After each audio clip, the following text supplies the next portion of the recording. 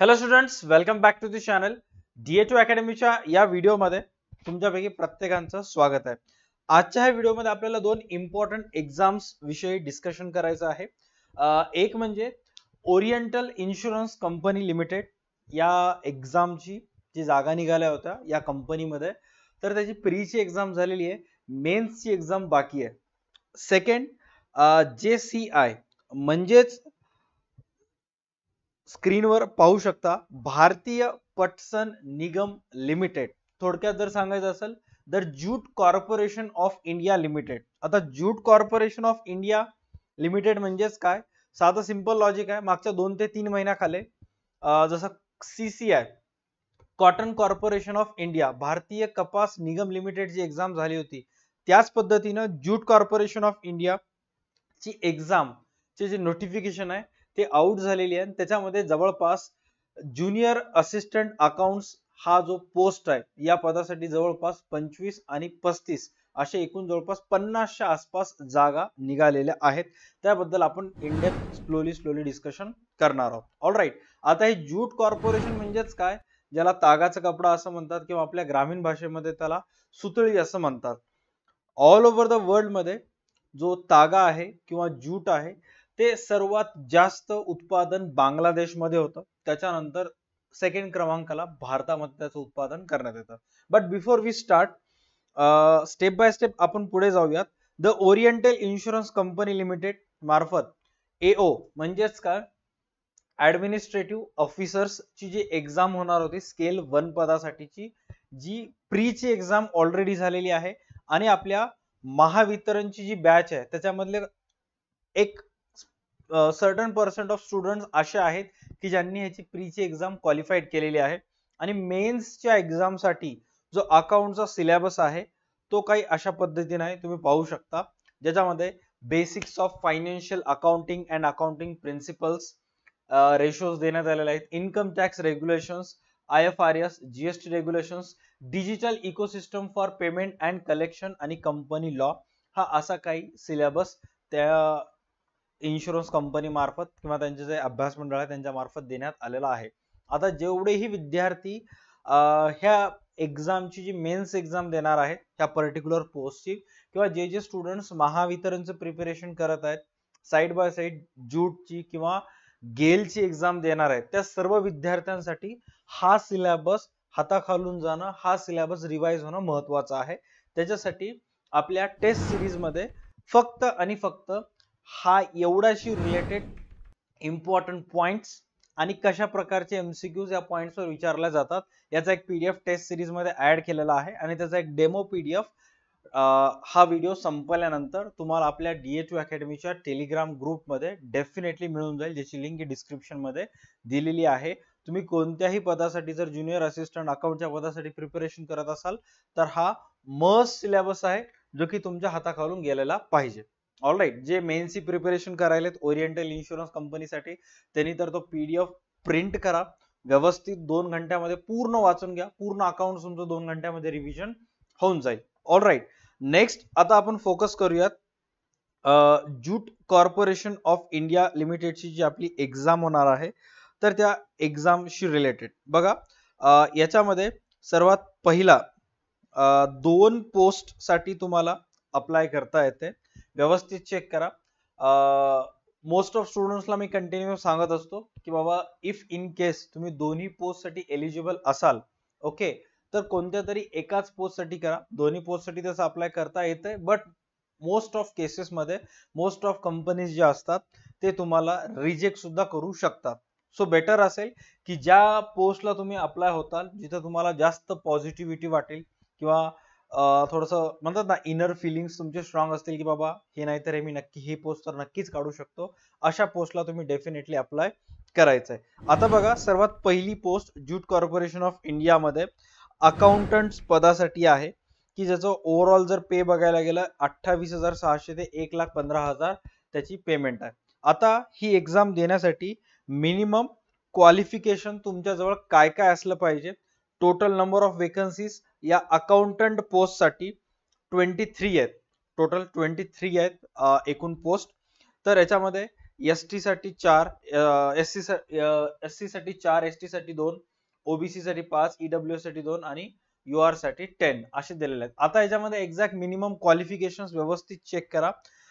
सर्वात पहिले काय सांगण्यात आलेलं आहे, MCom with advance accountancy and auditing as a special subject with, एकतर तुमचा सर्वात पहिला एमकॉम झाला पाहिजे आणि त्याच्यामध्ये स्पेशलायझेशन ऍडव्हान्स अकाउंटिंग किंवा ऑडिटिंग तुमचं असलं पाहिजे. जे एमकॉम मिळाल्यानंतर मॅक्सिमम मुलं इथं कटतात. जर इफ इन केस तुमचं एमकॉम झालेलं असेल याच्यामध्ये तर डेफिनेटली गो फॉर इट. त्यानंतर त्याच्यामध्ये तुम्हाला 5 इयर्स ऑफ एक्सपिरियन्स, 5 वर्षाचा तुम्हाला ओव्हरऑल एक्सपिरियन्स सांगितलेला आहे इन मेंटेनिंग कमर्शियल अकाउंट्स, एका सर्वसामान्य अकाउंट्स फर्म मध्ये किंवा सीएच्या हाताखाली म्हणा किंवा ओव्हरऑल सेल परचेस म्हणा, अकाउंटिंगचा तुम्हाला ओव्हरऑल 5 वर्षाचा एक्सपिरियन्स असला पाहिजे, including reconciliation of final accounts, ज्याच्यामध्ये तुम्ही फायनल अकाउंट सुद्धा तयार केलेला असला पाहिजे. म्हणजे इन शॉर्ट एका अकाउंटंटच्या हाताखाली केलेलं काम असलं पाहिजे. Experience in handling cash records, आणि ते सांगण्यात आलेलं आहे कॅश रेकॉर्ड सुद्धा तुम्ही मेंटेन केलेला पाहिजे. हा नंबर फर्स्ट क्रायटेरिया अकाउंटच्या पोस्टसाठी. सेकंड क्रायटेरिया काय सांगण्यात आलेला आहे चेक करा. जर एमकॉम झालं नसेल तर तुमच्याला कंपल्सरी तुम्हाला बीकॉम झालेला पाहिजे. Okay, with 7 years experience in maintaining commercial accounts. बघा, एक तर एमकॉम वर 5 वर्षासाठी किंवा बीकॉम वर 7 वर्षाचा एक्सपिरियन्स असला पाहिजे. कुठं ना कुठं हे नी खूप सारे क्रायटेरियाज लावून आय डोंट नो म्हणजे नंबर ऑफ ऍप्लिकेशन्स जे आहेत कमी करण्याचा प्रयत्न करत आहेत, काय नाही. आता साधं सिंपल आहे, बीकॉम कव्हर होतं वयाच्या 21व्या वर्षी, त्याच्यावर 7 वर्षाचा एक्सपिरियन्स म्हणजे 21 आणि 7 जवळपास 28, 27, 27.5 किंवा 28 झाले ऑन अन ऍव्हरेज जर बघायला गेलं तर. म्हणजे मॅक्सिमम एज लिमिट आहे ओपन वाल्यांचा जर विचार करायला गेलं तर 30, आणि बीकॉम वर 7 वर्षाचा वर्क एक्सपिरियन्स म्हणजे ऑन अन ऍव्हरेज ओपन वाले स्टुडंट ज्यांचं वय 28, 29, 30 आहे त्यांनाच ही एक्झाम देऊ शकता येते. बाकी बीकॉम वर 7 वर्षाचा एक्सपिरियन्स खूप कमी कालावधीमध्ये असतो. बट इफ इन केस तुम्ही जर या क्रायटेरियामध्ये फिक्स बसत असाल तर definitely go for it. Okay, त्याच्यानंतर desirable ACA, SAS, CA, ACWA आणि CAD असे काही छोटे मोठे कोर्सेस जर झाले असतील तर ते सुद्धा ह्याच्यामध्ये चाललेले असतील. छोटे मोठे कोर्सेस नाही, मोठेच कोर्सेस आहेत, बट जस्ट एक सांगायला मी. Okay, done. त्याच्यानंतर एज लिमिट 30 इयर्स सांगण्यात आलेलं आहे. थोडस तुम्हाला वयामध्ये सूट सुद्धा देण्यात आलेलं आहे, चेक करूया त्यानंतर. सेकंड पोस्ट, पहिली पोस्ट होती अकाउंटंटची, ज्याच्यामध्ये जवळपास जागा होत्या 23. नेक्स्ट आहे ज्युनियर असिस्टंट, जे की ज्युनियर असिस्टंट अकाउंट्स मध्ये येतं. याचे जवळपास 25 वेकन्सीज देण्यात आलेल्या आहेत. एससी साठी 4, एसटी साठी 2 आणि ओबीसी साठी 6, ईडब्ल्यूएस साठी 2 आणि यूआर साठी 11. आता याच्यामध्ये काय सांगण्यात आलेलं आहे, graduate or equivalent from a recognised university with experience using in computers, MS word, excel and minimum typing speed is 40 word per minute in English. म्हणजे साधं सिंपल आहे की जो ज्युनियर असिस्टंटची पोस्ट आहे त्याच्यामध्ये तुम्ही एका रिकॉग्नाइज युनिव्हर्सिटीमधून, कोणत्याही युनिव्हर्सिटीमधून ग्रॅज्युएशन झालेला तुमचं पाहिजे. बीकॉम असू दे, व्हॉट एव्हर, नॉर्मल BBA असू दे किंवा BCA असला तरी चालेल.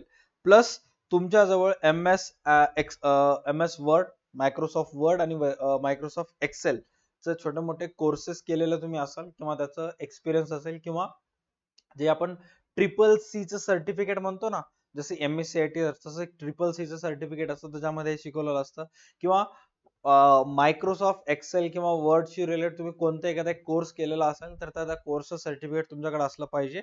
आणि टायपिंगचं सर्टिफिकेट असलं पाहिजे इंग्लिशमध्ये 40 वर्ड, ज्याला आपण 30-40 आपण जे म्हणतो त्यातलं 40 असलं पाहिजे, 40 वर्ड पर मिनिटचं.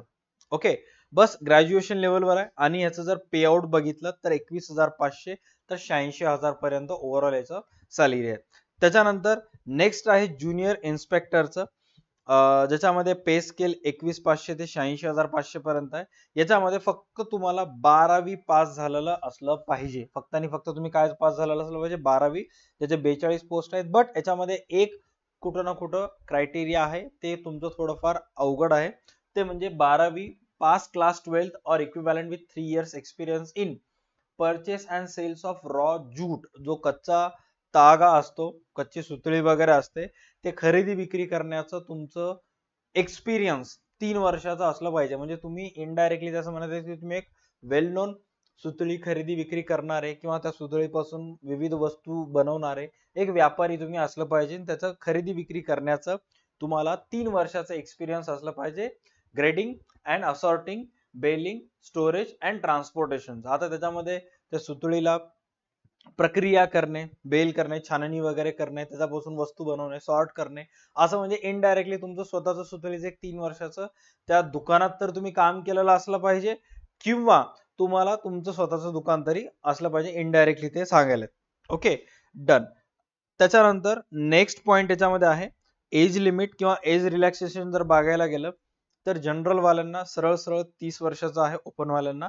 बट जे अदर कॅटेगरीज आहेत जसं की ओबीसी असेल, SC ST असेल, PWD असेल, तर त्यांना बघू शकता 3 वर्ष, 5 वर्ष, 10, पुन्हा 15, त्यानंतर 13 वर्षाचं एज रिलॅक्सेशन देण्यात आलेलं आहे. त्याच्यानंतर नेक्स्ट इम्पॉर्टंट थिंग जर बघायला गेलं ह्याच्यामध्ये तर जे गोष्टी इम्पॉर्टंट आहेत ते मी थोडंसं ऑलरेडी हायलाइट करून टाकलेलं आहे. त्यामध्ये सिलेक्शन प्रोसेस. आता जो पहिला पोस्ट होता ज्याला बीकॉम वर 7 वर्षाचं आणि एमकॉम वर 5 वर्षाचा एक्सपिरियन्स लागत होता, ओके, अकाउंटंट पोस्ट साठी. तर त्याचा जो एक्झामचं जर प्रोसिजर जर पाहायला गेलं सिलेक्शन प्रोसेस, तर त्याच्यामध्ये 3 स्टेजेस मध्ये तुमचं एक्झॅक्ट सिलेक्शन होईल. स्टेज 1 मध्ये CBT असेल, म्हणजेच काय, कम्प्युटर बेस्ड टेस्ट असेल.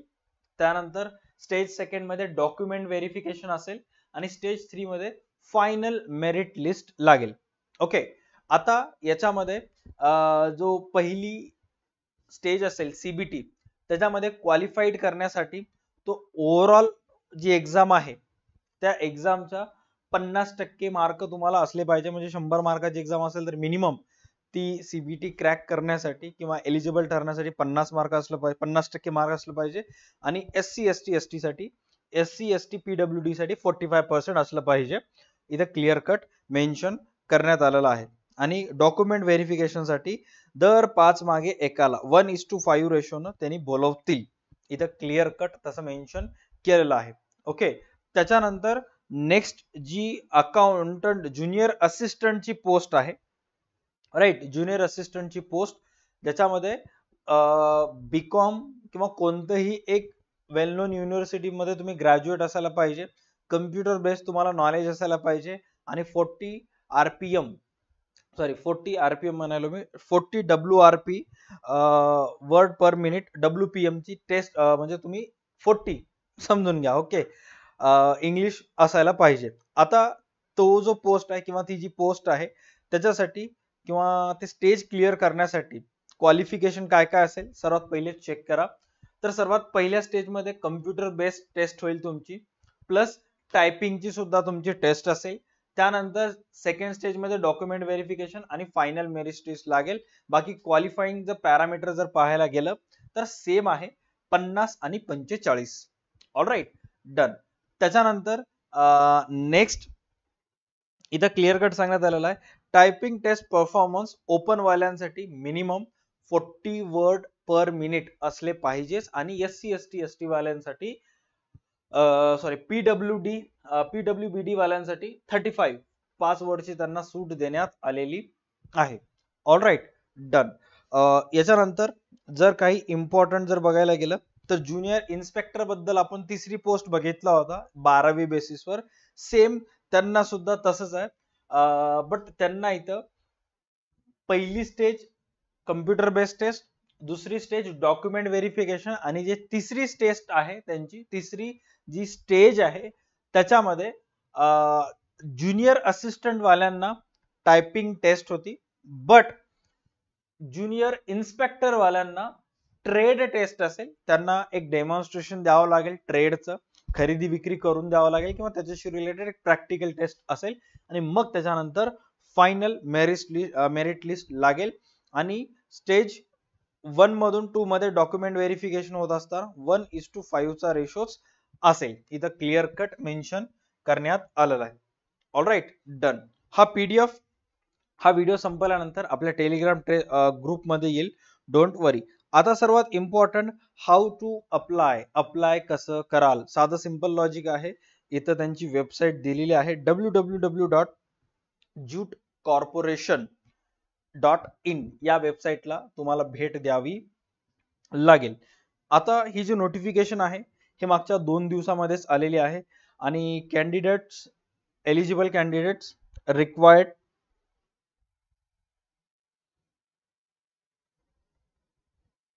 ऑनलाईन ऍप्लिकेशन भरत असताना सर्वात पहिले तुमच्याजवळ हे फॉलोइंग डॉक्युमेंट असले पाहिजे. फॉलोइंग डॉक्युमेंट्स मध्ये सर्वात पहिले काय काय सांगण्यात आलेलं आहे, valid email ID, valid mobile number. आता तुम्ही जर मागच्या काही दिवसांमध्ये जर मल्टिपल एक्झाम्स दिल्या असाल तर इनडायरेक्टली तुम्हाला माहितीच आहे की कोणते कोणते डॉक्युमेंट्स याच्यामध्ये लागतात. तरी सुद्धा एक वेळेस व्यवस्थित चेक करून घ्यायचे की कोणते कोणते डॉक्युमेंट्स बद्दल इथं दिलेलं आहे. अदरवाईज तुम्ही स्क्रीनशॉट सुद्धा घेऊ शकता, तुम्हाला स्क्रीनवर दिसत असेल. Okay, done. त्याच्यानंतर नेक्स्ट आहे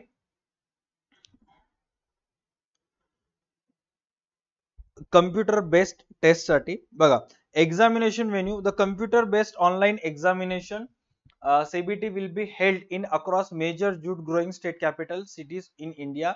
Candidates may opt for a maximum of 3 centers of their preferences. However, the final allocation of the center for CBT shall be depend on availability of seats, circumstances and administrative feasibility. आता इथे clear cut सांगण्यात आलेलं आहे की तुम्हाला काही सेंटरची नावं देण्यात येतील. त्याच्यापैकी जे पण तुमच्या जवळपासचं सेंटर असेल, महाराष्ट्रामध्ये एक मुंबई येईल, त्यानंतर बेंगलोर, हैदराबाद येऊ शकतं. या तिन्ही पैकी जे तुम्हाला जवळ वाटेल ते तुम्हाला एक तिथं फिलअप करायचं. ओके, आणि मग फायनल ते तुम्हाला सांगतील. त्यानंतर जी ऑनलाईन टेस्ट असेल सीबीटी, त्याच्याबद्दल इथं काय सांगण्यात आलेलं आहे, examination will be 120 minute in one setting. म्हणजे एकाच वेळेला तुम्हाला 2 तास बसून ती एक्झाम द्यायची आहे. त्यानंतर total allotted marks 100, total 100 mark तुम्हाला त्या एक्झाम्स मध्ये असतील. ओके, 100 मार्काची परीक्षा, 2 तास त्याचा वेळ आहे. त्यानंतर इथं काय सांगण्यात आलेलं आहे, concern PWBD candidates will be provided with extra time for CBT of 40 minutes. म्हणजे जे PWBD मध्ये येणारे कॅन्डिडेट्स आहेत त्यांना 40 मिनिटाचा एक्स्ट्रा टाइम देण्यात आलेला आहे as per the rules in force. All right. त्यानंतर नेक्स्ट काय सांगण्यात आलेलं आहे, the CBT shall be objective in nature. म्हणजे जी एक्झाम आहे ते ऍज ऑलवेज ऑब्जेक्टिव्ह स्वरूपाची ते एक्झाम असणार आहे. त्यानंतर सेकंड काय सांगण्यात आलेलं आहे, consisting 100 number of questions with multiple choice answers. म्हणजे जवळपास 100 प्रश्न. साधं सिंपल लॉजिक आहे, 100 प्रश्न असेल, एका प्रश्नाला 1 मार्क असेल. इथे काय सांगण्यात आलेलं आहे, each questions carry 1 mark and there will be no penalty for wrong answers. No penalty for wrong answers means negative mark scheme राहणार नाही. सरळ सरळ जे पण तुम्हाला कॉन्फिडन्स असेल ते उत्तर लिहून टाकायचं. ओके, आता 100 प्रश्न, 100 मार्क आणि 120 मिनिट तुमच्या हातामध्ये आहेत. नेगेटिव्ह मार्किंग याच्यामध्ये राहणार नाही. आता या पीडीएफ मध्ये एक्झाम कधी होईल काय नाही याच्याबद्दल तर मोस्ट ऑफ इन्फॉर्मेशन त्यांनी दिलेलीच आहेत. बट सर्वात इम्पॉर्टंट माहिती, cut off date for calculating age and experiences. म्हणजे 1/9/2024 पर्यंत तुमचं वय 30 पेक्षा कमी असलं पाहिजे. त्यानंतर date of commencement of online application 1/10/9 म्हणजे आजच, म्हणजे ज्या दिवशी हा व्हिडिओ बनवला 10 तारीख आहे, हा तुम्हाला 11 तारखेला युट्यूबवर येऊन जाईल. तर 10 तारखेला हा तुम्हाला ऍप्लिकेशन ऑनलाईनची डेट चालू होईल. त्यानंतर लास्ट डेट असेल ती या महिन्याची शेवटची तारीख असेल. त्यानंतर date of CBT online computer based जे सीबीटीची जे एक्झाम होणार आहे ते तुम्हाला अनाउन्स करण्यात येतील, त्याच्याबद्दल मेन्शन करण्यात येईल, जी की मेजॉरिटी ऑफ चान्सेस आहेत की ही एक्झाम दिवाळीच्या नंतर होऊन जाईल. ओके, ऑक्टोबरच्या लास्ट वीक मध्ये दिवाळी आहे, तर त्या दिवाळीच्या नंतर ही एक्झाम होऊन जाईल. फॉर्म भरल्यानंतर अनेक गोष्टी त्याच्यामध्ये करेक्शन्स वगैरे येत असतात, किंवा झालं पॉसिबल तर दिवाळीच्या अगोदर सुद्धा तुम्हाला बोनस ते देऊ शकतात. इथंपर्यंत क्लिअर झालं? यस. आता सर्वात महत्वाचं की सर या एक्झामचं सिलेबस काय असणार आहे, तर ह्या पूर्ण PDF मध्ये त्यांनी सिलेबस दिलं नाहीयेत. बट लास्ट इयरला माझ्या काही फ्रेंड्स ग्रुप मधल्या मित्रांनी वगैरे ह्याची टेस्ट वगैरे देण्यात आली होती. त्यांनी टेस्ट दिलं होतं. तर त्यामध्ये सब्जेक्ट जर बघायला गेलं तर general English, general knowledge, logical reasoning आणि क्वांट हे काही बेसिक सब्जेक्ट आहेत ज्याच्यावर क्वेश्चन्स आले होते. आणि अकाउंट्स म्हणजे टोटल 100 मार्काची एक्झाम आहे. तर साधं सिंपल लॉजिक आहे की जनरल इंग्लिशवर 20 क्वेश्चन्स येतील आणि मागच्या वर्षी त्या 20 पैकी articles, synonyms, antonyms, uses of word, त्यानंतर स्पेलिंग करेक्शन, सेंटेन्स करेक्शन आणि रीडिंग कॉम्प्रेहेन्शन्स वर त्या 20 पैकी मॅक्सिमम क्वेश्चन्स आले होते. ओके, तर 20 क्वेश्चन झाले जनरल इंग्लिशचे. Just 1 second.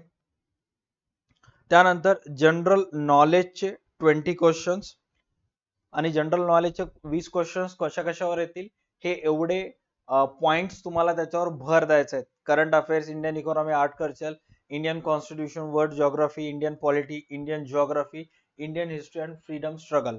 राईट. त्यानंतर लॉजिकल रिझनिंग चे जे सिलेबस आहे ते तुम्हाला दिसत असेल. लॉजिकल रिझनिंग कोणतं कोणतं येईल ते थोडं झूम इन करतो. आणि मॅक्सिमम एक्झाम्स मध्ये हा जो सिलेबस आहे तो कॉमन असतो. ओके. आणि क्वांटिटेटिव्ह ऍप्टिट्यूड. राईट. डन. आता राहिला प्रश्न की सर राहिलेले जे 20 मार्क आपल्या प्रोफेशनल नॉलेजला आहेत तर त्या प्रोफेशनल नॉलेज साठी काय करायचं आहे. सिलेबस त्यांनी आणखी दिलेलं नाहीये, हे पास्ट एक्झामचं आहे. ओके. बट साधं सिंपल आहे. तुम्ही जर कॉटन कॉर्पोरेशन ऑफ इंडियाची एक्झाम दिलत तर सर्वात पहिला तो सिलेबस आणखी एक वेळेस व्यवस्थित कव्हर करून घ्या. त्याच सिलेबसवर जास्तीत जास्त प्रश्न येतील. नंबर सेकंड, आपल्या टेस्ट सिरीज मध्ये आपली जी DA2 अकॅडमीची टेस्ट सिरीज आहे ज्याची लिंक डिस्क्रिप्शन मध्ये सुद्धा दिलेलं आहे. त्या टेस्ट सिरीज मध्ये तुम्हाला चॅप्टर वाईज MCQs नावाचा एक फोल्डर दिसेल. त्यातले MCQs तुम्हाला कंटिन्यूस वाचायला स्टार्ट करायचे आहेत. All right. डन. याच्याशी रिलेटेड काही एक्स्ट्रा माहिती आली असेल तर डेफिनेटली आपल्या DA2 अकॅडमीच्या टेलिग्रामवर मी तुमच्या सर्व विद्यार्थ्यांना शेअर करेन. तिथून तुम्ही ती माहिती घेऊ शकता. काही डाऊट्स असतील व्हिडिओच्या कमेंट सेक्शन मध्ये तुम्ही क्वेश्चन विचारू शकता. All right. या व्हिडिओसाठी एवढंच. भेटूयात पुढच्या व्हिडिओज मध्ये. Best of luck. आता मॅक्सिमम मुलं प्रश्न विचारतात फॉर्म भरायचा का नाही. बिंदास्त भरून टाका. कॉम्पिटिशन खूप कमी आहे. कारण जर तुम्ही 5 वर्षाचं एक्सपिरियन्स सर्टिफिकेट प्लस MCOM किंवा 7 वर्षाचं एक्सपिरियन्स सर्टिफिकेट आणि BCOM असेल तर त्या पहिल्या पोस्टला जा. बट ते जर नसेल तर सेकंड पोस्टला नक्की अप्लाय करा. चान्सेस जास्त असतात. राईट. डन. भेटूयात पुढच्या व्हिडिओज मध्ये. Bye bye. Take care. Stay connected.